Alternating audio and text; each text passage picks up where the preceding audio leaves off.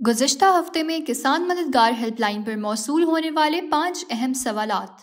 सौंफ की फसल में डोडर के खात्मे के लिए कौन सा स्प्रे करें? सौंफ की फसल में डोडर के खात्मे के लिए ग्लाइकोसेट या पैराकट का स्प्रे करें। गंदम की फसल में कुंगी के कंट्रोल के लिए स्प्रे कब और कितनी बार करना चाहिए? गंदम में कुंगी के कंट्रोल के लिए एजॉक्सीस्ट्रोबिन और टेब्यूकोनाजोल 200 मिलीलीटर फी एकड़ या एजॉक्सीस्ट्रोबिन और डायफेनाकोनाजोल 200 मिलीलीटर फी एकड़ 100 लीटर पानी में मिलाकर स्प्रे करें।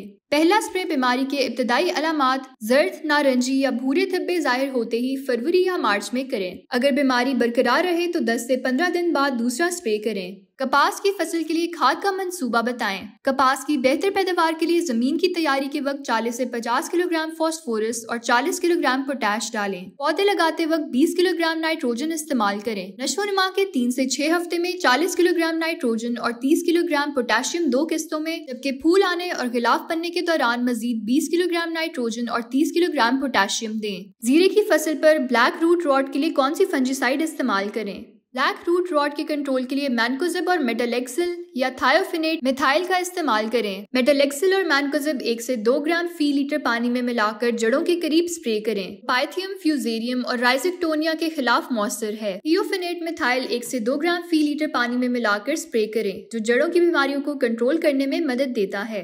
क्या फलों के दरख्तों पर फूल आने के दौरान पानी देना चाहिए?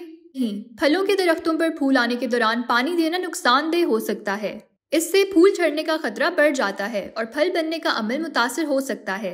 ज्यादा पानी देने से जड़ें भी खराब हो सकती हैं और बीमारियां लगने का इम्कान होता है। मजीद रहनुमाई के लिए किसान मददगार हेल्पलाइन पर राब्ता करें। शुक्रिया।